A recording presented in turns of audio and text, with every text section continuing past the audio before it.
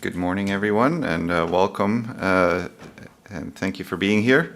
I would like to acknowledge that we are within the territory of the Sechelt First Nation, and that we are in part zooming in from the Sechelt and Squamish First Nations, and some other parts of the provinces as well. And we have our very first Committee of the Whole meeting today, Thursday, May 12th. I would like to have a motion to adopt the agenda. All right, motion and seconded, and all those in favor? All right. I guess I should have asked if there's any amendments, but I don't see. Too late now. All right, we're going to start off with a presentation of delegations. We've got Alan Williams from TRAC, Transportation Choices. You've got 10 minutes. Take it away.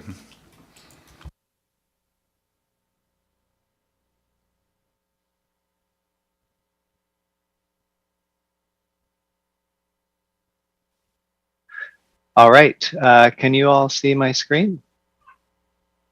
Yes, we can. Thank you. All right, excellent. Good morning, everyone, and thank you for accepting our delegation. We really appreciate your time. My name is Alan Williams. I'm president of Transportation Choices, also known as TRAC. We're a member-based organization with a mission to support healthy communities and reduce the Sunshine Coast's carbon footprint by promoting active and sustainable transportation alternatives, including cycling, walking, and transit. We'd like to tell you about an active transportation study we've initiated. The purpose of this study is to assess the feasibility of constructing improved active transportation infrastructure parallel to Highway 101 between Langdale and Sechelt. There's so many reasons, and all ages and abilities route is important for connecting our Sunshine Coast communities.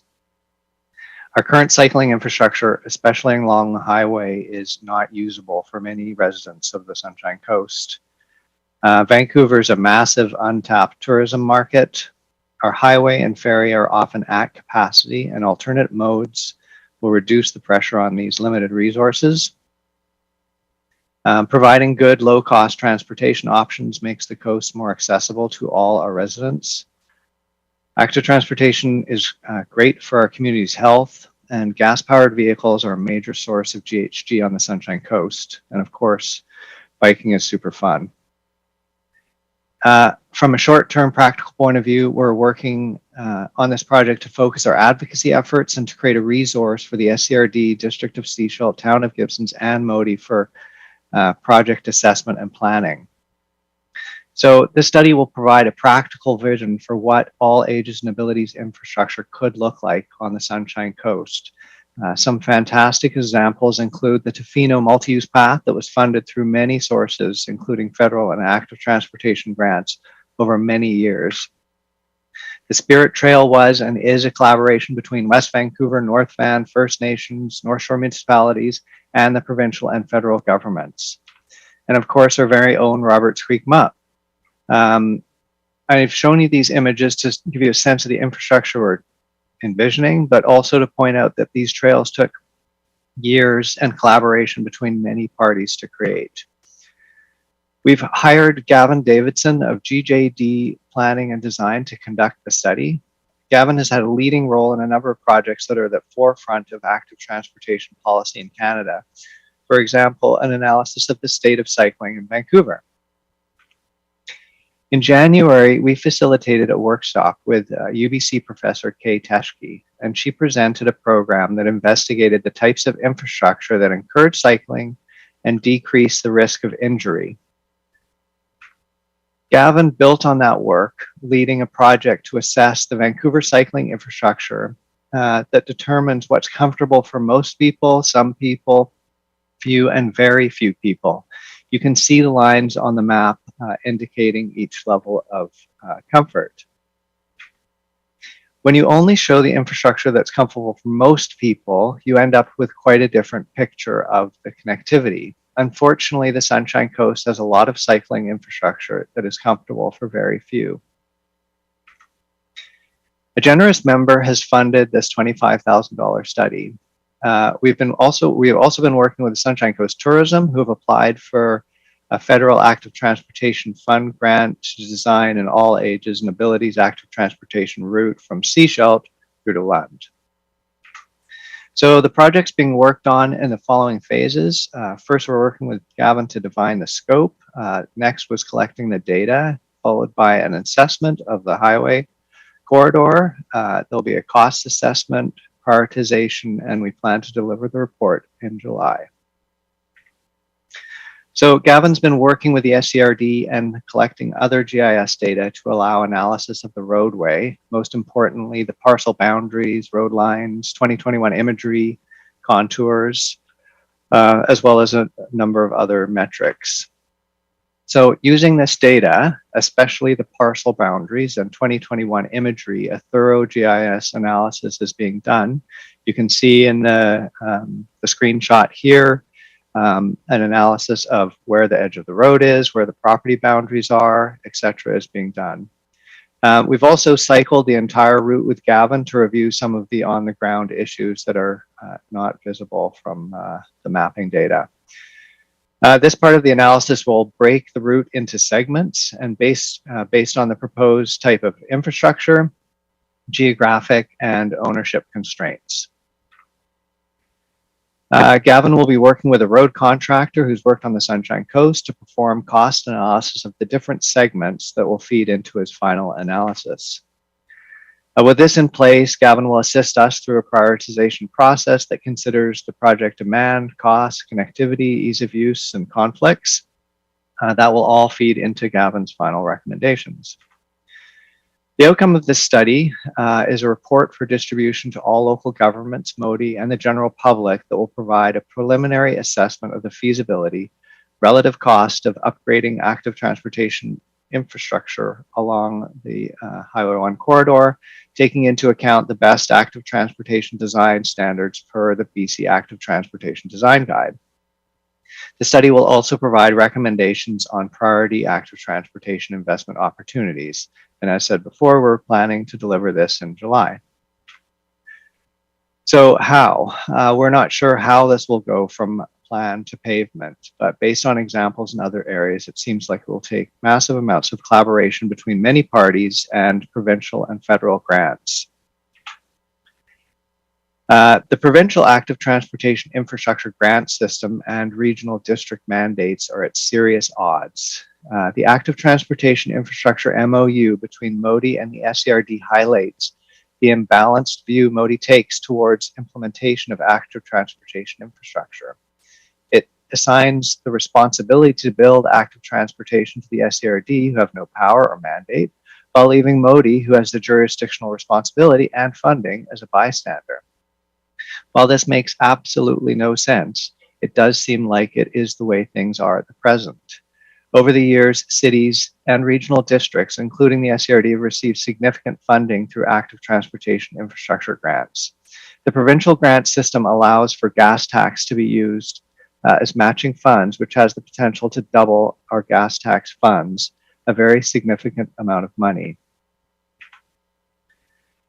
In the last provincial AT granting cycle, quite a few regional districts took advantage of planning grants. This may be something to consider. The Sunshine Coast needs a plan for active transportation that can be communicated to all parties, and we hope that this study can be one part of this very complicated puzzle. So what are we asking for? We're bringing this to you now just for your information and to spark your interest and imagination. And we're hoping that once complete, you can use this report as a resource for your planning processes, for your grant applications, and as a tool when advocating with MODI for much better infrastructure. Thank you very much for your time. Well, thank you, Alan, and thank you to TRAC, and well, thank you to that very generous donor. I think Yes. For myself, it's that's a wonderful thing that's happening there. But I'll open it up to the directors if you've got any questions. Can we get Alan to stop? Yeah, can you stop your screen share so I can see who's put their hand up? There we go. Thank you. Bearing stop. All right. There we go, Director Hiltz. Thanks, Chair. And yeah, thanks, Alan, for the presentation. It looks like it's going to be a great resource to have. And so I'm wondering about the scope of particularly the maintenance aspect of, build it and they will come, and then you got to clean it up after they come.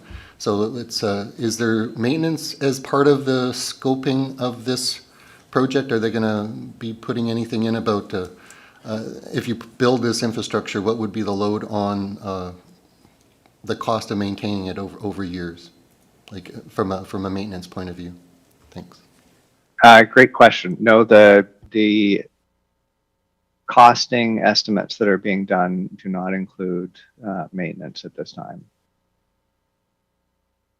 But I understand where you're coming from there. All right, Director McMahon.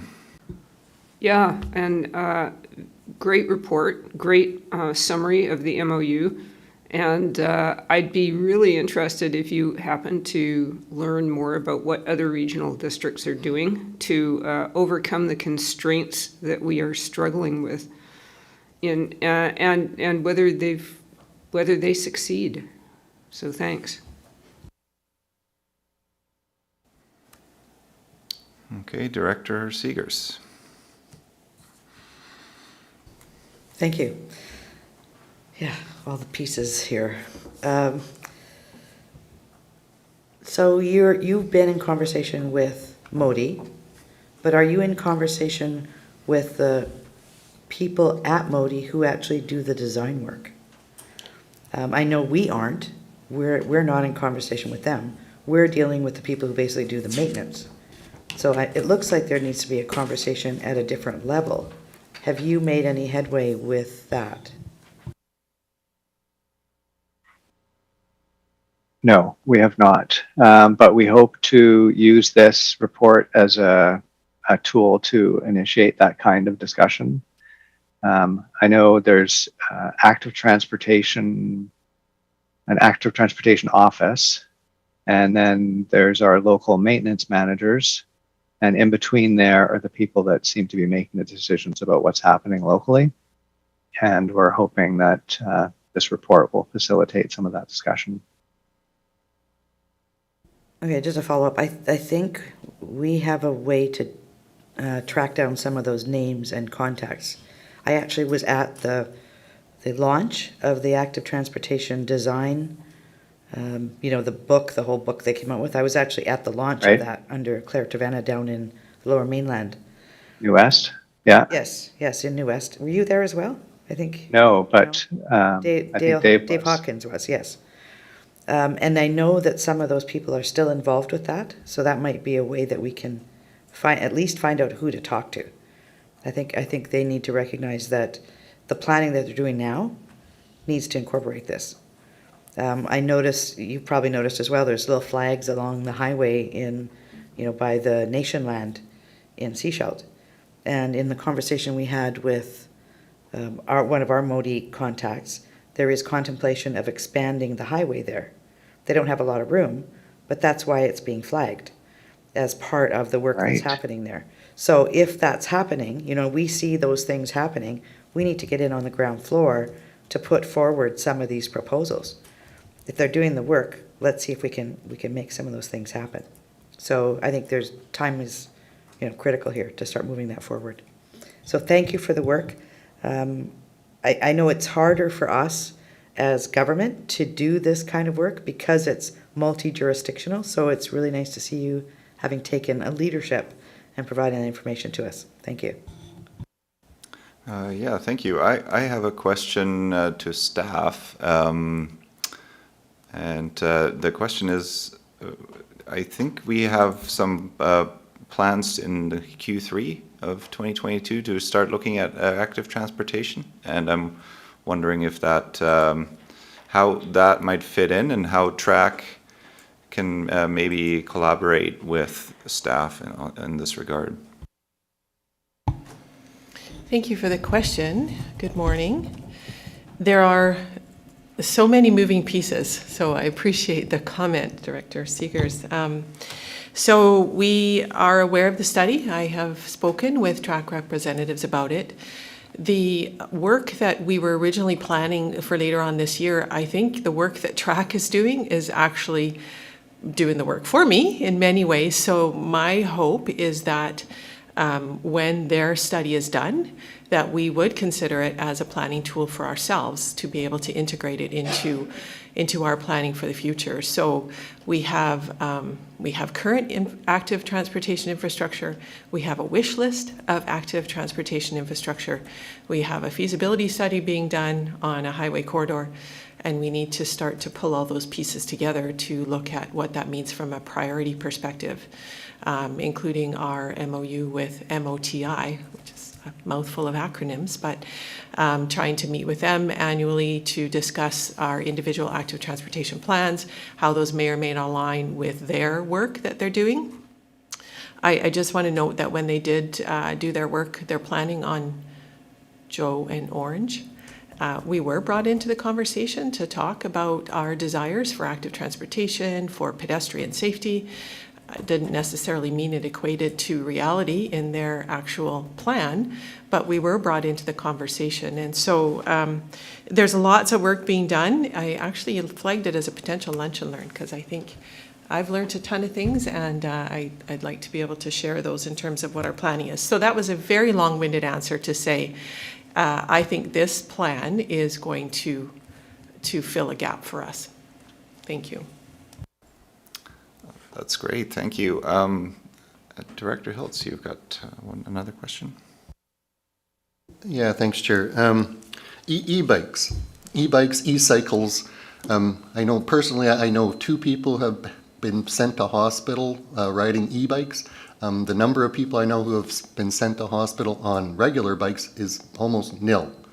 And then in the paper we had another e-bike accident. So e-bikes, you don't need the leg power to move at a higher speed. So does active transportation for e-bikes differ from active transportation from the more human-driven, like the speed and it seems like the quality of the road or pathway would need to be higher for e-cycles and e-creatures, whatever these electric powered vehicles with humans sitting on top of them or standing on top of them. So is there a difference out there in terms of like the active transportation guidelines of how these types of modes differ?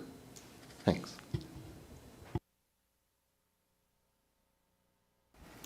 I don't know if you've got the answer there, Alan, but... Oh, if that's a question for me. I don't know. I haven't read much on whether or not policy is evolving around. I know definitely in the forest and certain jurisdictions treat e-bikes differently, and there's different classes of e-bikes as well. From your anecdotal experience, I don't know if that represents that there's a whole wave of new cyclists coming on and experiencing the joy of biking, given that e-bikes make it so much more accessible for so many people. As far as the speed's concerned, when I have an e-bike and I've ridden with people without an e-bike, and on the hills they can't keep up with me, and on the flats I can't keep up with them. So in terms of the speed of an e-bike, I wouldn't say it goes that much faster than a regular bike, and often slower. So yeah, but lots to learn there. I think it's a really, it's coming at us, and there's more and more, as you know, e-bikers out there. And so something we have to be aware of. Oh, yeah, Jim Gagnon has something to say. Thank you, and thank you, Alan. I would agree with your sentiments. I just wanted to make a comment about infrastructure. So MODI is very clear on what specifications an AATI would need to meet in order to be constructed that align that abuts their roads. And so there's clarity on that. I think there's also tons of studies, and TRAC did bring in a guest speaker, 3 or 4 months ago, I think, Alan, to talk about the various types of infrastructure developed for active transportation in terms of everything from separated lanes with barriers right down to 1.5 meters on the side of a road. And that infrastructure does vary, and that was in Alan's presentation today around levels of comfort with people. So it's not, to me, it's around the type of infrastructure and how that attributes to a cyclist's comfort level on what they'll actually travel on.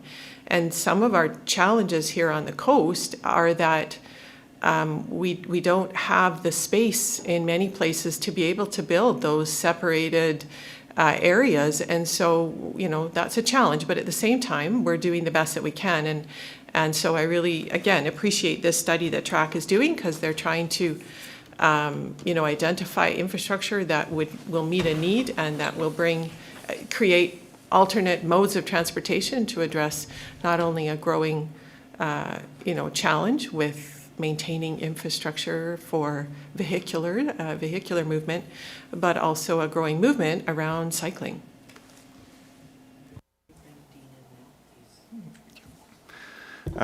Okay, I saw Director Lee had his hand up, but it's down now. Oh, there he is. Seeing you caught me, I might as well finish my question. GM Gagnon just about answered it. I do know that in a lot of places we don't have enough right-of-way. I did note in that presentation I saw that the road was 112 feet wide on the picture that was shown there on what a very comfortable lane was. We don't have anything like that around here. 66 feet is ours, 20 meters.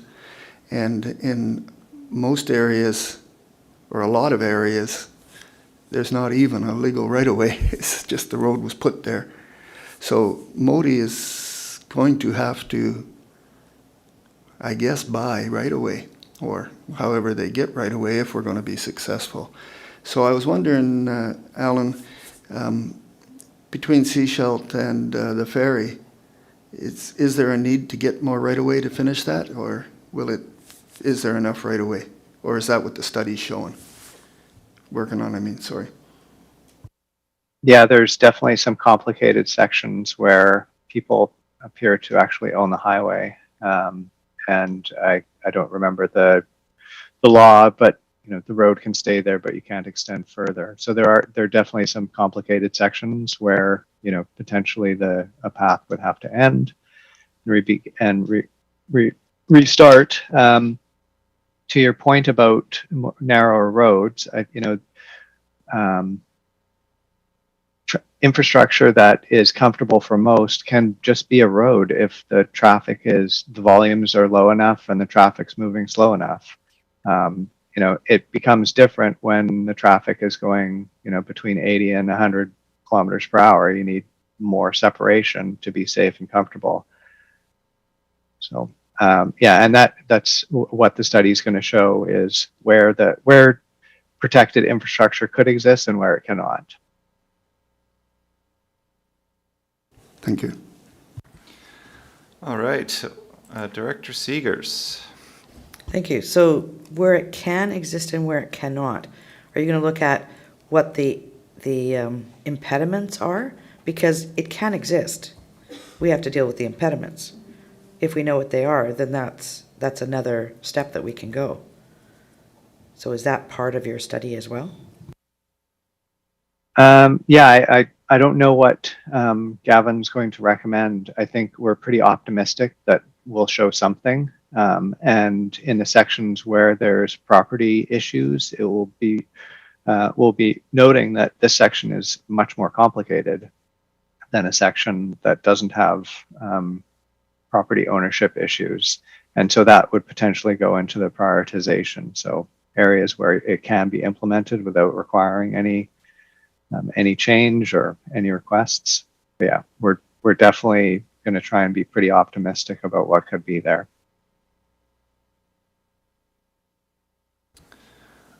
Okay, thank you. Well, it looks like there's currently no ask from the delegation, and I don't see an ask from staff for the board to be doing anything to facilitate, but I wish I could make a motion to do that. But thank you very much. I see Director Kroll has his hand up for a comment. Thank you, Chair. Better late than never. Thank you for the report, Alan. And I'm just wondering, do you have any actual numbers, statistics of how many people, for example, let's say, travel from Gibson's to Seashelt using bicycles? No, but we do have some statistics. We're participating in something called a pedal poll, which is a bunch of volunteers going out over certain sections and counting how many cyclists are on the road and who they are. But we don't have statistics on that. For me, it always feels like asking how many people are taking this bridge before you build it. There's not very many people swimming across the river, but as soon as you put a bridge across, people are walking across the river all the time. That's the state I feel we're in right now. While I have the floor, I have two comments. One is to Donna about what other regional districts are doing. We are researching that now, and we'll follow up with you. We're trying to find out how other regional districts are doing this and how they're getting around what seems like jurisdictional impossibilities. And the next is meeting with Modi.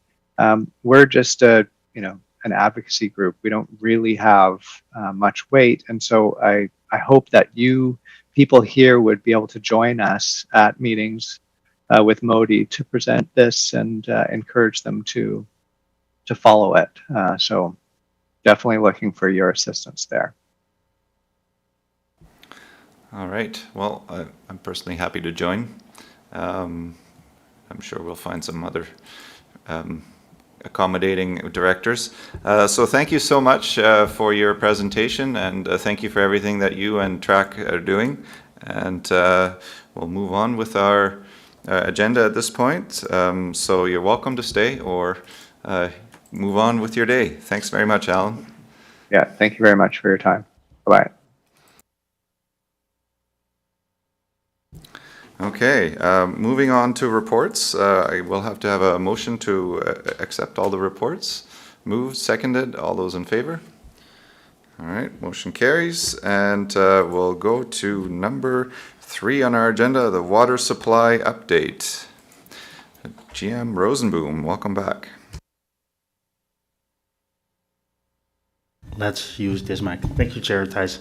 I'm going to share my screen to inform you about what's happening outside, other than that it's raining at the moment. It's pouring, which is good from a water supply perspective, so you won't hear me complain. Let me change my mode to, that's what I want to do. So, water supply update for the first committee of the whole meeting in May. So where are we at in terms of our snowpack? On May 1st, staff went up to Chapman and Edwards, and usually what happens is that May is the last time we go up to do a snow survey, and usually by that time there is already a decrease happening from April in terms of our snowpack. So usually May is already lower than than April. This year, as expected, already last month, we were expecting that it would be higher because more snow was anticipated to fall, and that indeed occurred. So for Chapman, we're currently 120% above normal, and for Edwards, we're 150. But it's interesting to see if you compare it to last year, we're higher than last year, but we all know where last year ended up at the end of the summer. So snowpack, this is really, the message is, yes, it's positive. Yes, the current cooler weather and rain is positive for the timing of the snow melt. But in case we have another hot spell like we had last year in June, all that potential advantage can be melted away and evaporated very quickly.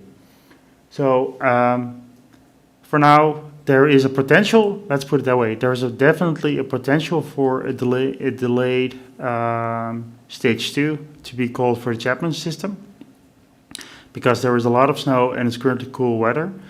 And the weather forecast moving forward for the next month is, oh, by the way, this is a picture of how Chapman looked like last week or 2 weeks ago. Full snowpack still. So the weather forecast for this month for May 5th, this was on May 5th, is that in our area it's about neutral, so there's not a high likelihood of it becoming warmer than normal or cooler than normal, which is definitely different in the east part of our country, where it's hot, red, and dry. So from that perspective, I think we're in a good position to potentially have a little bit later start of stage 2 than we had previous year. But more to come if we have actually better information of how June and July might look like in upcoming months. So as per our bylaw, the water regulations, stage 1 is in effect since May 1st. There are signs along the highway all over the area to stress that fact. We already see an increase in water supply demand in all areas in the summer and in the evenings. Despite the weather, there's definitely already an increased water usage. So we will monitor that, and we are adjusting our treatment and supplies accordingly, and we can easily manage it at the moment. So we're getting some calls about rainwater harvesting and the regulations, but it's all very minimal at the moment. We have about 5 to 6 new sign-ups for a monthly water supply update currently per week. And we're approaching the, for us, magic number of 500 subscriptions. So let the trend continues, and let's see if we can hit 1,000 by the end of the season. And in terms of our rebates for rainwater harvesting, we're receiving a good amount of applications so far, and currently about 40% of the available funds are allocated. So there's definitely more room for residents that would like to get a rainwater harvest system installed and get a rebate from us to apply for that. So on this agenda, there is a report on current state of affairs in terms of our Church Road wellfield project, Langdale wellfield project. Next week, the drill rigs will show up at the site to start drilling the production wells. So anybody that takes the ferry next week might see 2 big drill rigs on the left next to the overflow parking. That's exciting. So after that, we also know what the potential yield of that well field could be, and that would allow us to start working on a water license application to the ministry to be submitted hopefully in Q3. Eastbourne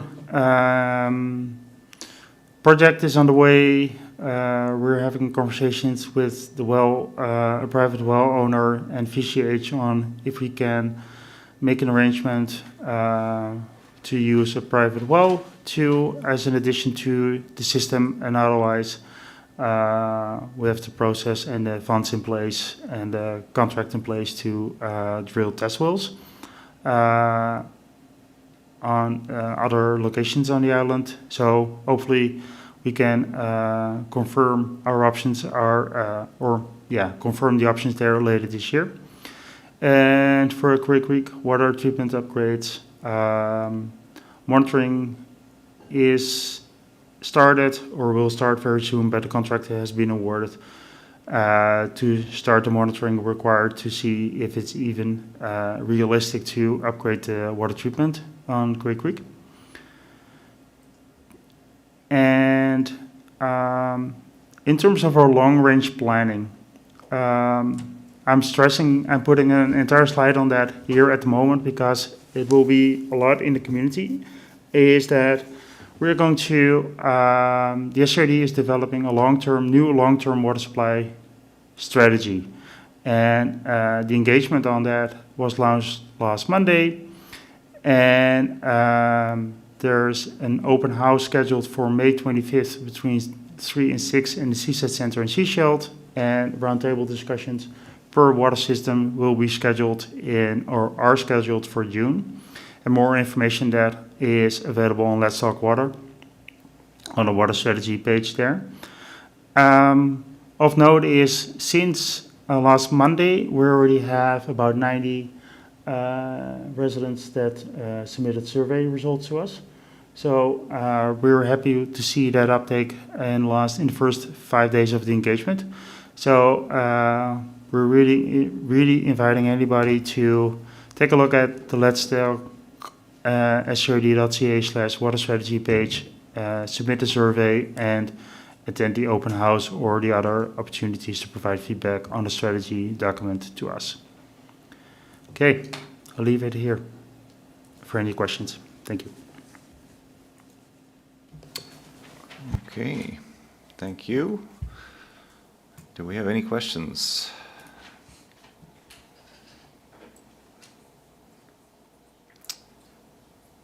Director Seegers. Thank you.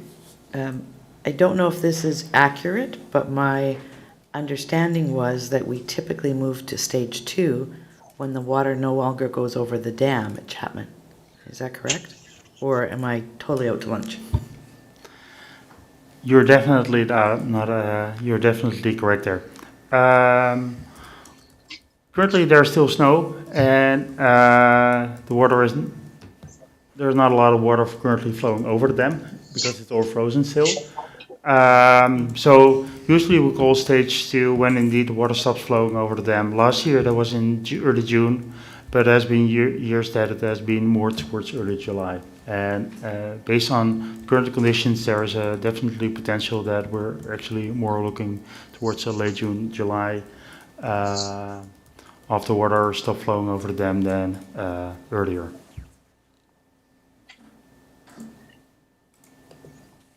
All right, Director Lee. Yes, thank you. I was wondering if you could refresh my mind on why we would be 2024 for the feasibility. Is that because we have to look at the flows, or anyways, I'm just curious why it's so long. Thank you for the question. That's regarding Craig Creek. So the situation on Craig Creek is that we currently are using that intake only during the summer months. And we need additional permission from Vancouver Coastal Health to actually do that. The current project allows us to actually confirm if Great Creek is a viable water supply source long-term given climate change. The creek flows are definitely significantly lower in that creek in the summer months, in late summer. And we don't want to be in a position that we invest several million into upgrading the treatment plants and then confirm that when we actually need the water late summer, the creek flows are too low for us to actually draw water from it. So that's why there's a 2-year monitoring program in place to allow us to confirm if, given the potential impacts of climate change on that creek, it is actually a realistic investment to upgrade the treatment system there. Hope that clarifies. Thank you. Director McMahon. Yes, I saw a crew out working on Chester Well the other day. Is that the seal repair, and is that going to be ready for this summer?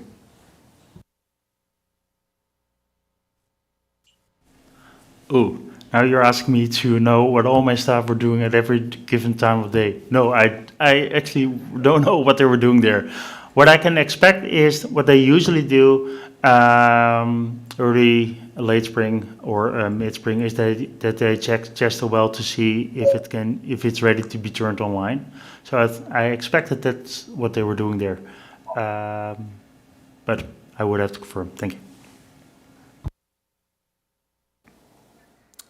Okay, seeing no further hands up, we will thank you, GM Rosenboom, and we will move on to number 4, Church Road Wellfield project construction, update 2. Manager Capital Projects, is that Mr. Miziurek that will be speaking to this? Yes, thank you, Chair Tice. Good morning, everyone. Presented for the board's information is a Church Road construction progress update, and I believe this is the second one. To date, the contractor has completed the following work activities. Installation of the dry and unconnected HDPE transmission main on Reed Road between the limits of Fisher and Highway 101.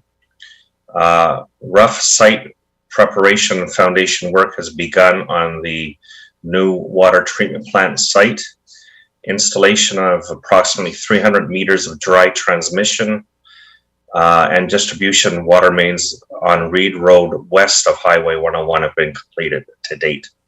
Upcoming immediate work activities with this project include continuation of the installation of the dual water mains along Reed Road towards the Reed Road pump station, continuation of the water treatment plant building foundation. Also, BC Hydro will be gearing up for and installing the new supply power poles to service the new water treatment plant later in May, and their work is expected to be continued by mid-July, barring any unforeseen delays. Other future activities are as summarized in the board staff report to you. Staff will be happy to answer any questions you may have. Thank you. Thank you, Manager Miziurek. Any questions from the board? Director McMahon. Yes, I understand that staff made some heroic efforts to see if we could get an active transportation path alongside Reed Road on the north side, and I'm wondering how that worked out. Staff, any answers on that? Yes, Director and Chair, thank you for the question.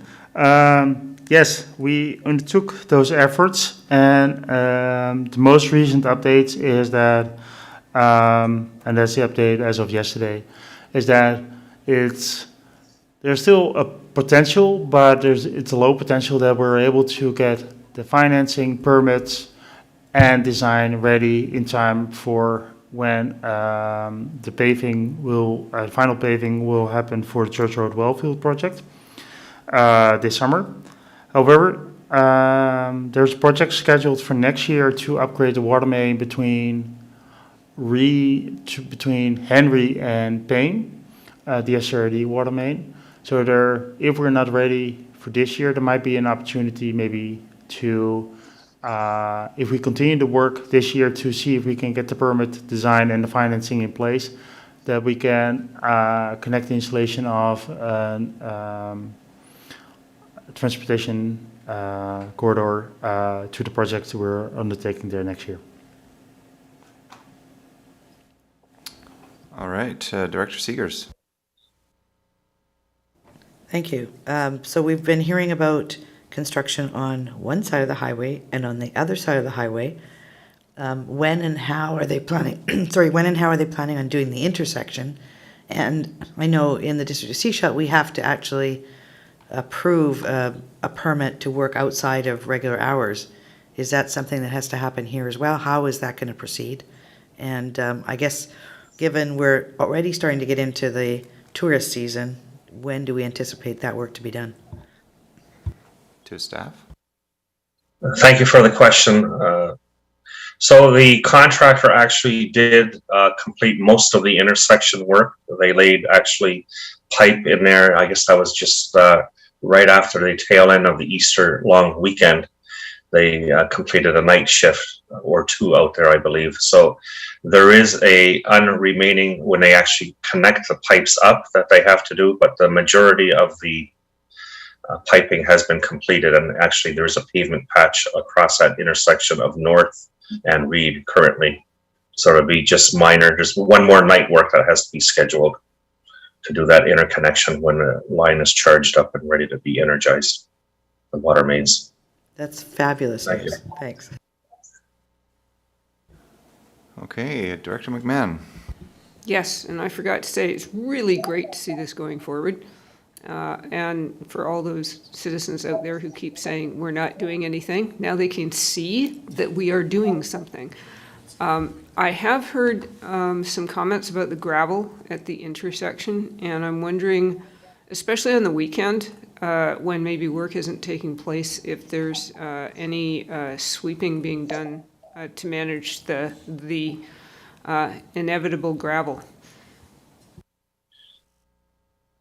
Thank you for the question. So the contractor has been made aware, and he has been, I know, on one weekend, it may have been last weekend or 2 weekends ago, they did go out on a Sunday morning to sweep the excess gravel from the site, but we will continue to drive that message home to them, their responsibility for keeping it swept at the intersection. Thank you. Director Hiltz.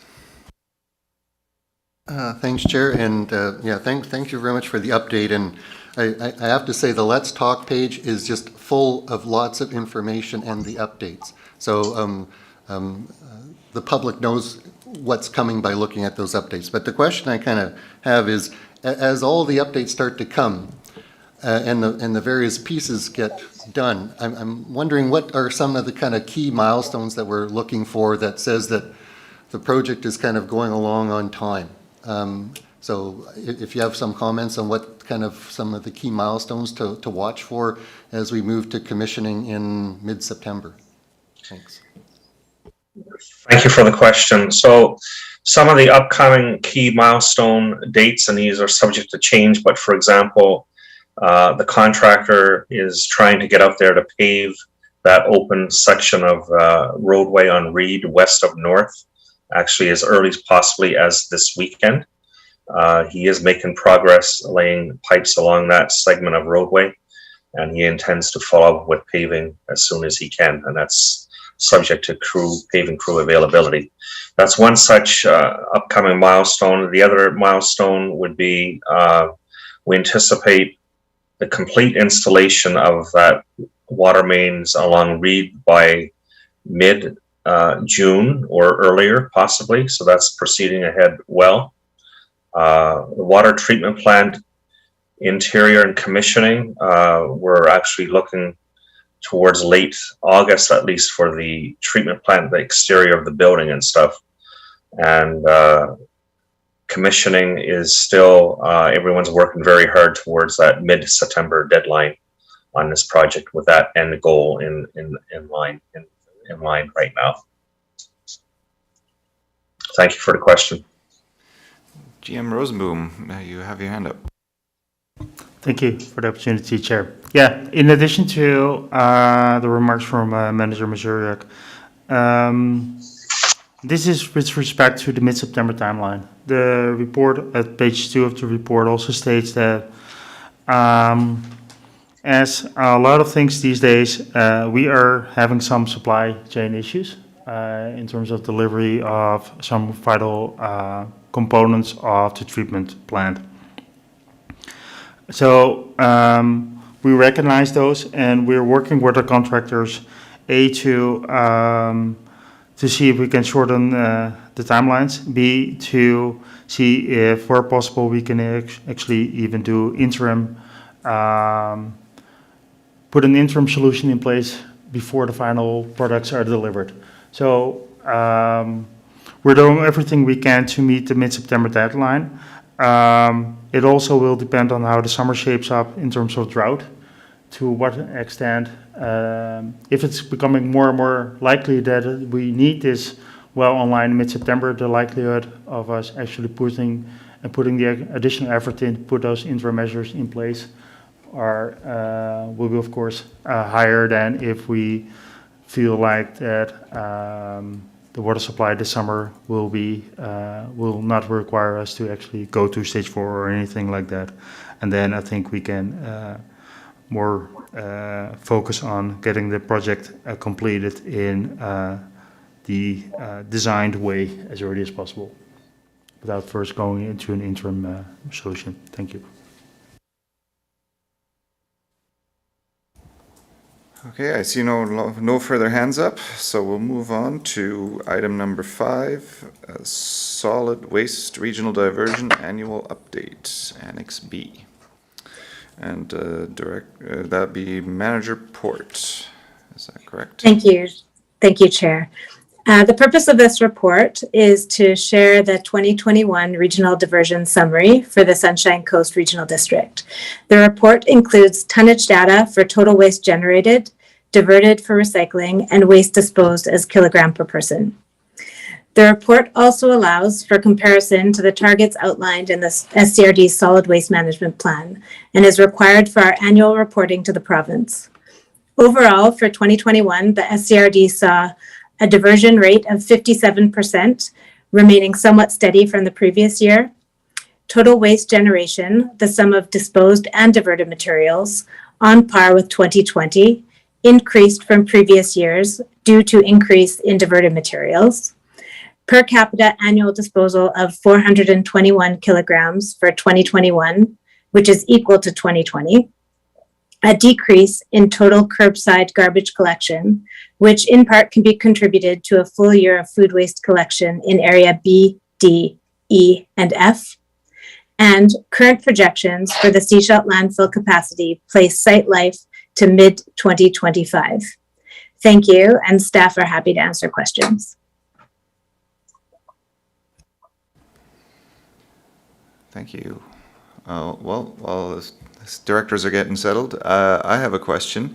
What is the annual capacity limit of our landfill? Thank you very much for the question. The annual capacity limit for the question is 15,000 ton. So we're currently, last year it was 13.6, or the year before, last year it was 13.5. So we're well below that.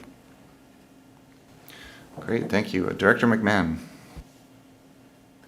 Yeah, just wondering, what are the options for furniture? When I think of people's couches going into our landfill, I cringe. And I note that, we can recycle mattresses, which is great.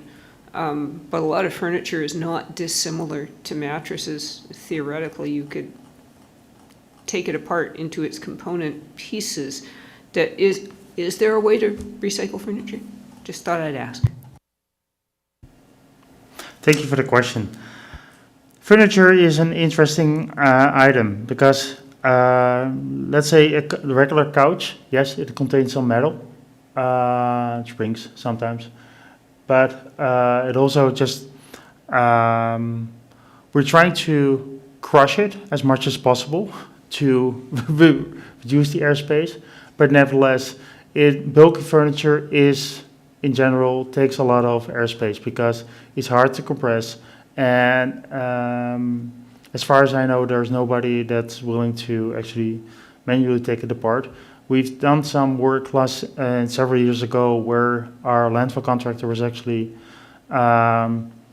with the excavator and by hand picking out the metal pieces, but the amount of time that it took and the actual benefit, the actual amount of material that was actually taken out is really low. And metal is not the part that's actually taking up the most of the space. It's more cushions and those kind of things that are really taking up a lot of space. So it is definitely an issue of an area of concern. And actually, the only long-term solution, I think, that is is shredding. Just putting it through a shredder And I think we looked at it before that a cost of a shredder that could do that is in order of magnitude of $1 million in terms of investment. So I think that should be considered when we're developing our long-term waste disposal option. Thank you. Director Lee. Thank you, Chair. I was looking at the disposal per person per year, and we're at 421, and the range is supposed to be 279 to 315. We have so many, at least in Area A and Area F, we have so many part-time residents. I was trying to figure out how the heck we would know how much garbage we are giving by person accurately. Thank you. The estimates or the data we have are based on population estimates from BC Stats. So if they consider somebody to be a resident, then we consider somebody to be a resident, and we use just divide data, total number divided by number of estimated population. So to the extent there might be some deviation there from reality as a result of that, but that's the method we have been using, or we are required to use by the ministry for, and that we have been using for the last 10 years. So for sake of comparison, that's where we continue to use. Follow up. Did we ever look at what other rural districts were doing, like Tofino, Ucluelet, those kind of people? See if we're somewhere similar to them? The staff. In terms of total amount, or in terms of methodology? Thank you. In terms of disposal per person. In other words, I'm trying to figure out if this is something we should be trying to change behavior on, or if we're pretty well where we're going to stay. Thank you for that question. I think there is always an opportunity I think it should be, and that's the same for water, solid waste. I think there is always an opportunity for increased awareness amongst seasonal and tourists in terms of our practice here on the coast and why we are having what we're having in terms of regulations or practices. I think that's just broadly that we see that in water conservation efforts as well, is that they don't have the same awareness of the why as permanent residents. So is there an opportunity to improve? I think always. Speaking from personal experience, my garbage statistics certainly are different from the ones that we see here at the regional district, in that I divert a lot more recycling than we actually process in the RD. So I think there's a lot of opportunity for people to improve. But Director McMahon. Yes, I'm sure visitors have an impact, but fortunately I don't think they bring their old couches with them most of the time. I just wanted to say that I appreciate all the graphs and charts because they're very helpful in looking at the data and picking it apart. Thank you. Director Seegers. Thank you. So I'm going to follow up on Director Lee's comments. If we have a lot of residents who are not here full-time, we also have islands where we don't collect garbage. So the number we're looking at per person is actually low if we were looking at how many people are here full-time and using the landfill. The number would be much higher. And I like Director Lee, I don't know if this is an average number. Where are we? Is this high? Is there some way to get some stats from other areas to compare this to? Because, if we go out to our residents and say, we need you to reduce this, well, why? Are we higher than others or not? I believe we are, but I'm not sure. Thank you. I think My recollection is from some data we presented last year that we're indeed higher than some other areas. We're not by far not the highest, but we're definitely on the higher side compared to some other rural areas. Director Toth. Thank you, Chair. The 421 kilograms, is that just municipal solid waste, or is that everything? Because my understanding is that that also includes construction waste that is headed to our landfill. So I think that would have an artificial inflation of that number compared to sort of the average residential disposal. You're correct. It's all waste generated. Okay, Director Pratt. Well, Director Toth just took my question, and GM Rosenboom also answered the other comment I was going to make about the about where we were, because I remember us getting that report about where we sit within other areas. So I think there's definitely not just some provincial advocacy around the ICI sector, you know, looking at the industrial, commercial, institutional recycling that can be done, and diversion that can happen, because that's one thing that we're stuck in with provincial policy. The other piece is also some local advocacy and information and communication with our residents as well, especially with those that may not be here full time, or maybe not visiting, or may just be visiting through. I look at that diversion rate table on page 5, and we've stagnated, so it's I don't know, like we've introduced the organics. We've got 3 very active depots. Where do we go from here?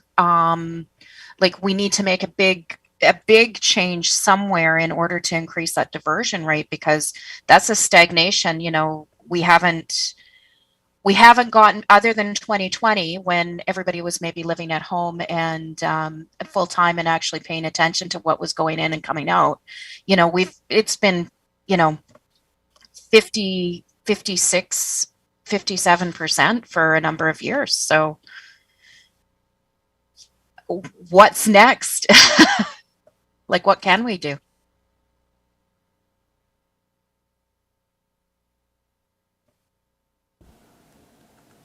Yeah, GM Rosenboom, sorry about that.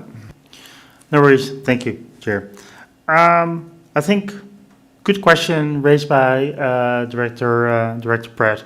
What can we do? And I think that is that answer should come out of the update to the solid waste management plan that will be initiated shortly. That's really the vehicle to have the discussion with the technical experts and with the community and with the businesses on the coast and other stakeholders on what are the options, what can we do more, and how can we approach things differently, and what will be the impact of that to the community, and are we willing to go there. And I think so the update to the solid waste management plan is really the key vehicle and tool to have the conversation with the community about what's next, because I expect, by the way, that the diversion rate will increase, will jump maybe a little bit as a result of the organics diversion program. For example, that's now in place also with this sea salt, so it might get a little bit of bump, but it's also highly likely that it might be compensated by some other increase in development and development-related construction waste. So it's to be seen. Okay, Director Lee. Thank you, Chair. On page 8, I was trying to figure out exactly what the chart was showing me. it caught my attention mainly because the SIGD was so large in comparison to the others. Is this tonnage per jurisdiction, or is this kilograms per household?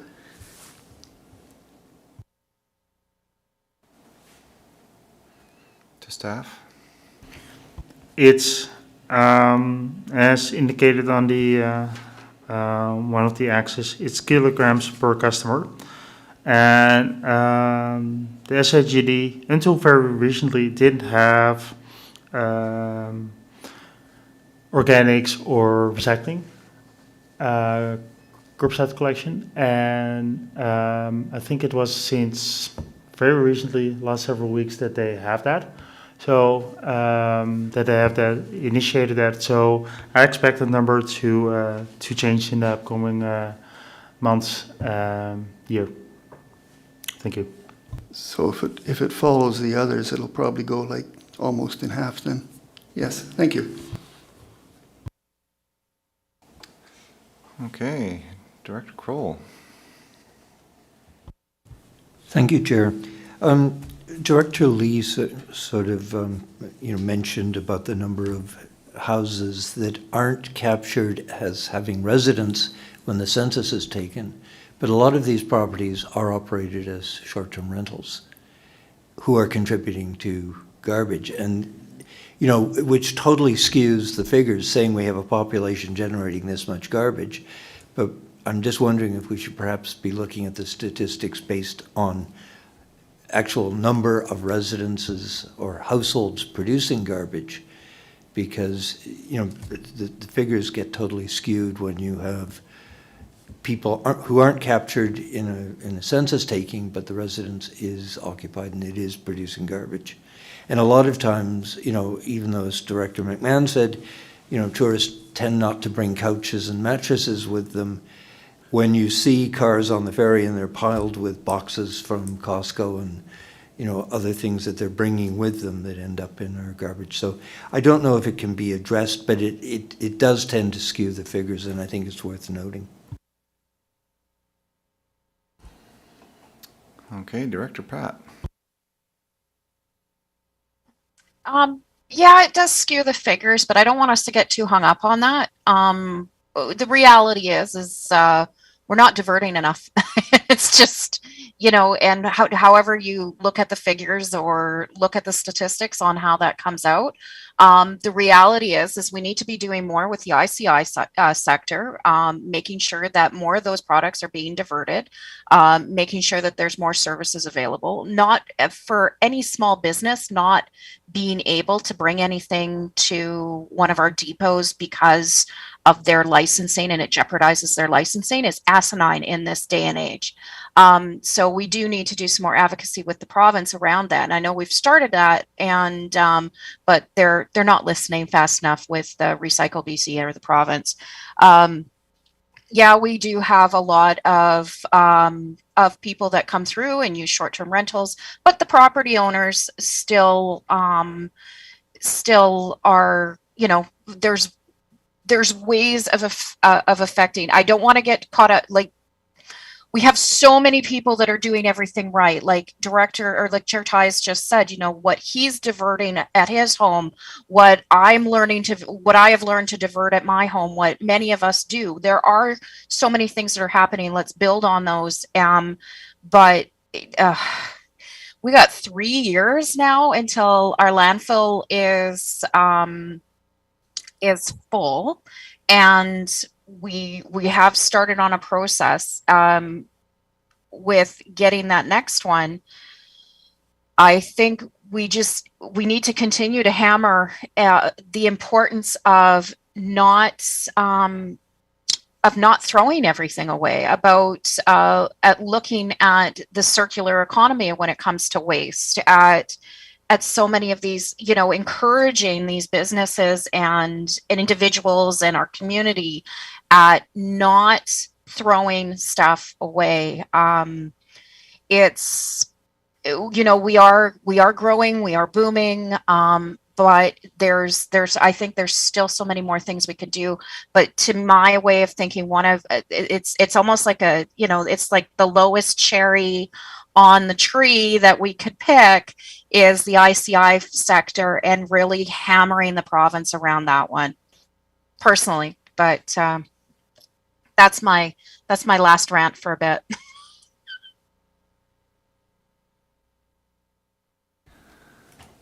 I don't see any more hands up, so I think we will move on to item number 6, CityWorks Software License Agreement, 3-year renewal, and this is something we can actually vote on, so that's exciting. When we have Manager Nelson in the audience, or in the panel, so we'll let him take it away. Thank you, Chair Ties. The SCRD uses the CityWorks for work management and asset management. The software provides functionality that automates service requests, work orders, inspections, and preventative maintenance business processes. It's been in place since 2016 on a rolling 3-year subscription renewal contract cycle. And we've renewed it once already in 2019, and that contract expires this year in June. So this report requests authorization to execute another 3-year renewal through June 2024. And we have negotiated a small $10,000 approximately reduction in fees overall from the last 3-year subscription fees. It's a minor amount and it has no impact on the overall budget. Okay, any questions from directors? Director Seegers. Thank you. The last recommendation, sorry, second last. No, the last one, moving the expense to information systems versus asset management. What is the rationale for that? Is that going to be part of the I forget the terminology, the system, the support services? Okay, is that part of that then? How are we dealing with this? Thanks for the question, Chair Seegers. Yes, exactly that. The enterprise asset management system is currently recovered through support services allocation method, and it is in the asset management budget function 111 currently, and it's recommended that all software be housed within information services function 117 for better overall management.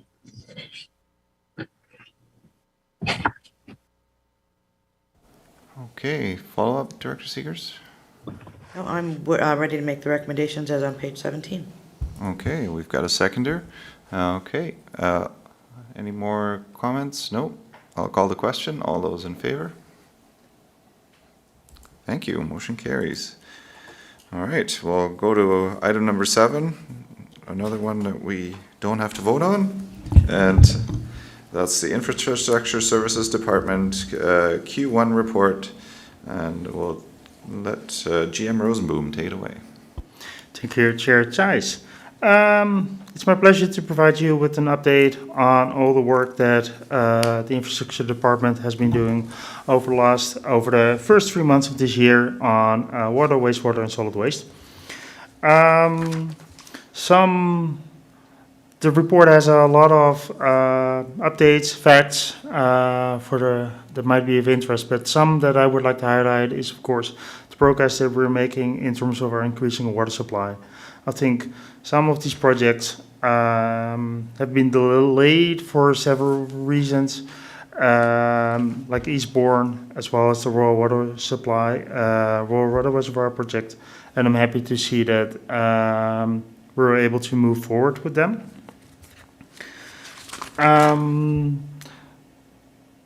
On page 22, there is an announcement of note that is actually not related to Q1, but it's a Q2 update that I didn't want to not mention. We applied for a grant for an upgrade to the Wood Creek wastewater treatment plant, and we were informed very recently that we were successful in receiving that grant, and the board report is forthcoming to actually accept the grant, and then afterwards we'll start doing the planning for when we can actually fit the project into our work plan. But it's good news because it's $769,000, so it's a lot of money that I'm happy to be able to accept. Of note as well is that we still have a lot of files related to requests for water and wastewater services new. And there's a note underneath the table that we currently don't have any utility technicians to actually review all those files. One of those persons that were in that position moved on to another position within the department, and the other person actually moved back to Alberta because they were not able to afford a house here. They moved here with the anticipation that the family would join them later, and they were not successful in finding a place. So he moved back to where he came from, which is very unfortunate. And that over the last 3 months, we've not been able to fill that positions, one of those positions, successfully yet. So we're having staff working overtime to keep some files going, but yes, it will have definitely an impact until we have both positions filled permanently. Other things of note is that we're making progress on the software side in terms of our water metering program. So we're finally making some good steps to allow for residents to actually see their water use at mysrd.ca, because that's ultimately what we're aiming for. There were some software hurdles we had to jump through, and we're making, in collaboration with our infrastructure services staff, we're making some good progress there. In terms of the actual installation of the meters in the Seashield area, our current focus is on the timing of that. Our current focus is on getting Church Road completed, and after that, staff is actually able to take on another multi-million-dollar project instead of doing them both at the same time, and all kind of risk associated with that. So more to come on that later this year. But jumping to get the project started as soon as possible to get the meters in place. We also changed the presentation of the water use by the different systems. Prior, we presented only for Chapman Creek, the Chapman Creek and the wastewater plant, but now we present the water use for all water systems. So I hope that's beneficial for the committee. What we did for Chapman is we included Granthams and Soames. Currently, those systems are separate, but the moment Church Road is online, those systems will become connected. So in anticipation of that, we already included them in this graph so that we can actually have a graph for 2022 that where we have comparable data.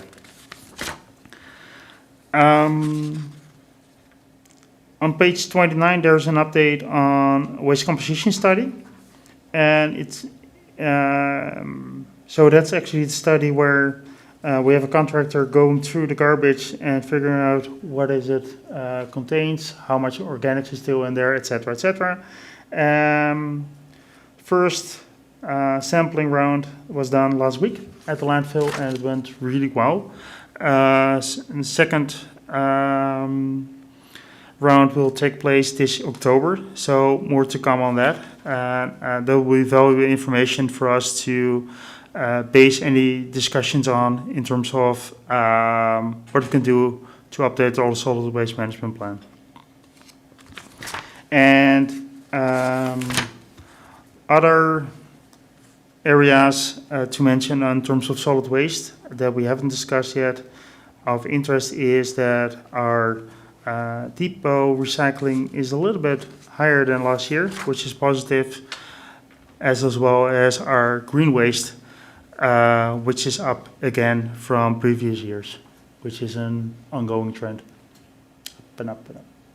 Thank you. More than happy to answer any questions. Thank you, GM Rosenboom, and I'll go to Director McMahon. Thank you. Great report. I love these reports. I can always mine them for information.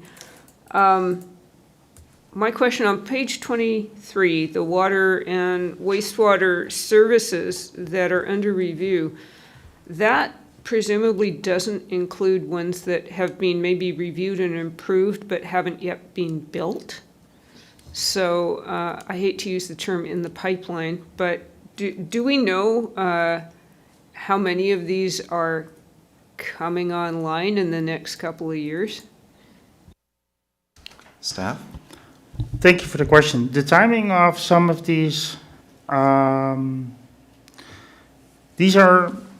at some stage in our review. There, some of these, for example, are larger subdivisions that will be actually developed in phases. So it could be that some of these projects some of those actual connections will only be made in 2030 or 2035 even. But because they're part of a bigger development where the first phase is intended to be online, let's say the next 3 to 4 years, we're currently already reviewing them as one package because if we're assessing the infrastructure needs that need to be taken all into account. Thank you. Thank you. I've got a question regarding those. How are we doing for the, what's the acronym now? The development, sorry? You're talking about the development tracker, online, so people no, can see things? the funds that people have to pay into. DCCs, that's the one.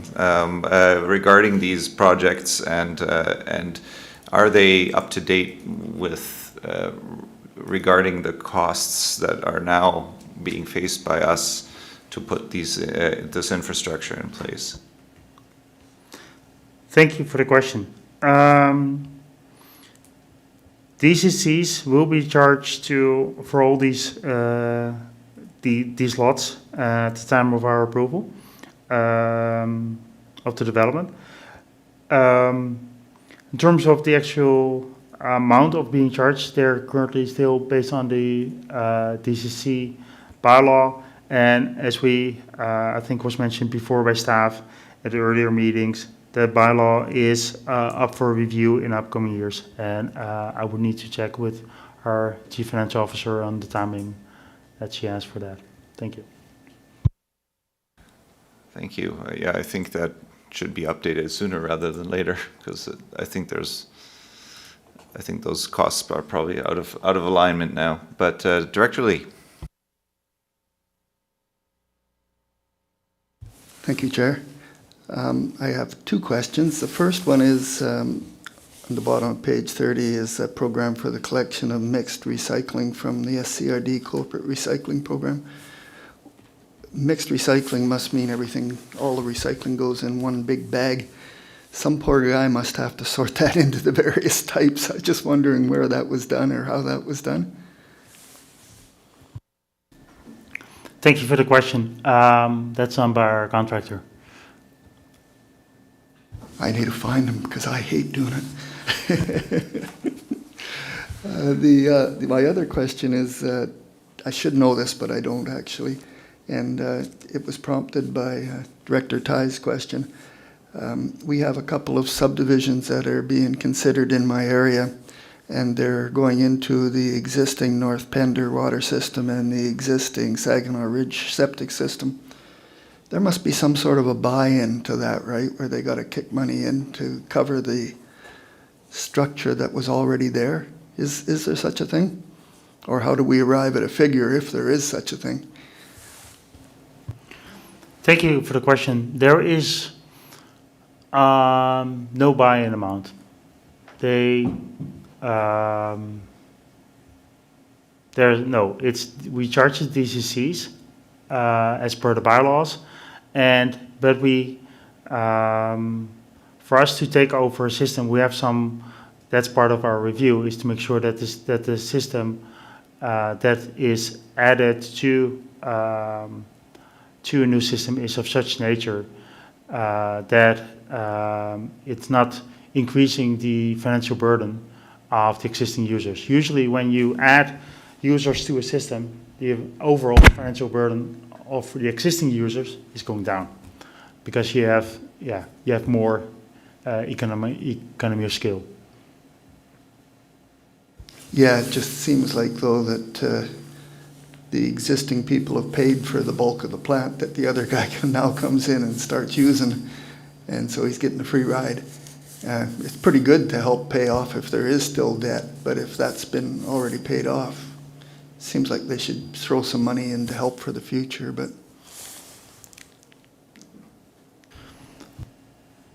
I think that's in part of discussion related to asset management.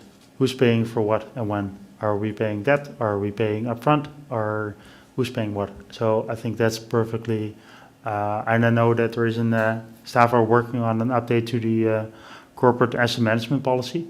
So, and I know that that's coming to the board, to a future committee. And I think this is something that is could be well discussed during that meeting. Thank you. Well, the good news is for you is that a lot of these systems, the reserve balances are underfunded, so the new users will be paying into those. But, okay, any more questions? Oh, Director Pratt. Thank you, Chair Ties. Question for GM Rosenboom. After we had the sessions, I should say, on Square Bay were very well attended and very informative for the community. And I was just wondering when, if there's a schedule been released for the other communications with the wastewater treatment plant service areas. Thank you. Thank you for the question, Director Pratt. Staff are working on two sets of meetings. One will with wastewater treatment plant users. One will be more information type sessions about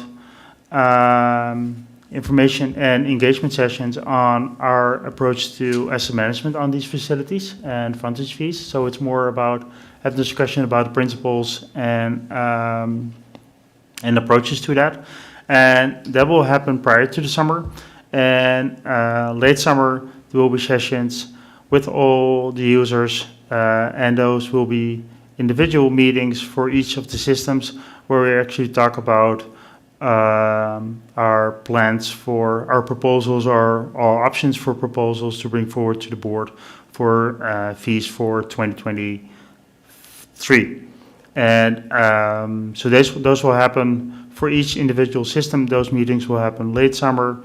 And there will be more general meetings about our approach to asset management and frontage fees, calculations, et cetera, prior to the summer. Okay, thank you. I ask because I'm getting questions from the other service areas because they heard about Square Bays, so they were wondering when theirs was coming. So thank you so much for that update. Yeah, and maybe to clarify, the reason why we had a specific meeting with Square Bay was because their frontage fees went up were increased significantly in last February, and and there was a change compared to what was communicated to them in November. So that's why we had additional communication with Square Bay community users. Thank you. Thank you. Director Hiltz. Thanks, Chair. I'm on page 31. It's the inaugural landfill operators working group. Just wondering about the scope of that. Is it all BC landfill operators, coastal landfill operators, and it almost sort of starts to touch on kind of the statistical comparisons between the various areas that we've been talking about. So if you can say anything about the scope of that. Thanks. Thank you for the opportunity. It's because it's organized by the Coast Waste Management Association. It's coastal communities. And the intent is not to really, it's really operational. So it's just share experiences, share learnings, how do you deal with bulky furniture? How do you deal with bulky furniture? No, I'm doing it. Okay, what can we learn from each other? It's those kind of discussions that are happening there, really more at an operational level. And it's really helping our staff to keep up to date with best management practices, etc. Just to follow up, so the clear plastic bag could be one of these places where staff can reach out to colleagues and talk about clear plastic bags as well? Or is that kind of more on the curbside? Thank you for the question. I think it could be definitely be discussed as part of this forum. However, as previously indicated, most of the experience with clear bags is on the East Coast, the other coast. And so not a lot of other of the participants of this working group have experience with implementation of clear plastic bags.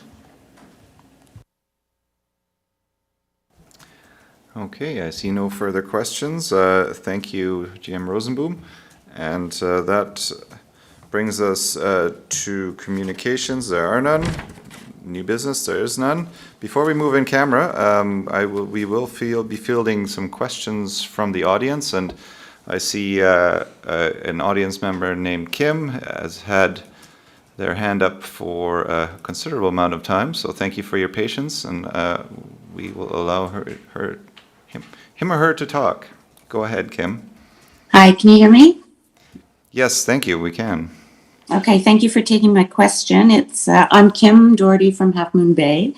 My question is related to item 3 on your agenda. In terms of water demand, has the 2018 Integrated Sustainability Model been updated to reflect our current population as per the new census data? And the second part of my question is, does the Chapman system still serve 19,000 people or more, given our population grew at 7%, not the 2% predicted? To staff. Thank you. I start with the second question and then I do the first one. The population on the coast increased with 7% over the last 5 years. So not 7% per year. So it was actually 1.75 on average. The model we used in 2018 considered the 2% growth. So we consider the growth higher than the actual growth over the last 5 years. And updating of the supply and demand model is part of one of the projects that has been approved by the board for initiation later, and that project will be starting. We'll start on work on that project later this year. So yes, the model is going to be updated, but has not been updated yet. Thank you. All right. Is there anything else, Kim? No, that's great. Thanks for taking it. Okay, great. Do we have any other questions from anywhere? I don't see anything. So at this point in time, we're going to move in camera. That the public be excluded from attendance at the meeting in accordance with Section 91A, F, I, and K of the Community Charter. Personal information about an identifiable individual who holds or is being considered for a position as an officer, employee, or agent. Law enforcement, if the council considers that disclosure could reasonably be expected to do harm. The receipt of advice that is subject to solicitor-client privilege, and negotiations and related discussions respecting the proposed provision of a municipal service. I'd like to have a motion to go on camera. Motion seconded, and all those in favor? Thank you. Okay, we'll move in camera.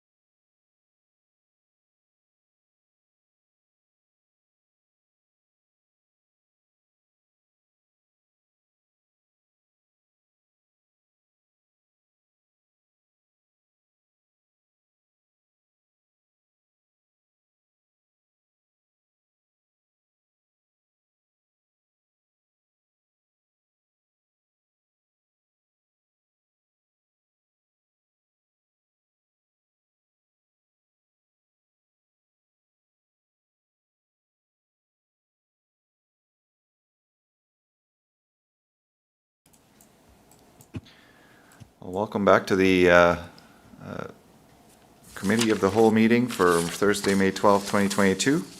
And I would entertain a motion to adjourn. Moved and seconded. All those in favor? Okay, thank you. Thanks, everyone, and we'll see you for board at 2.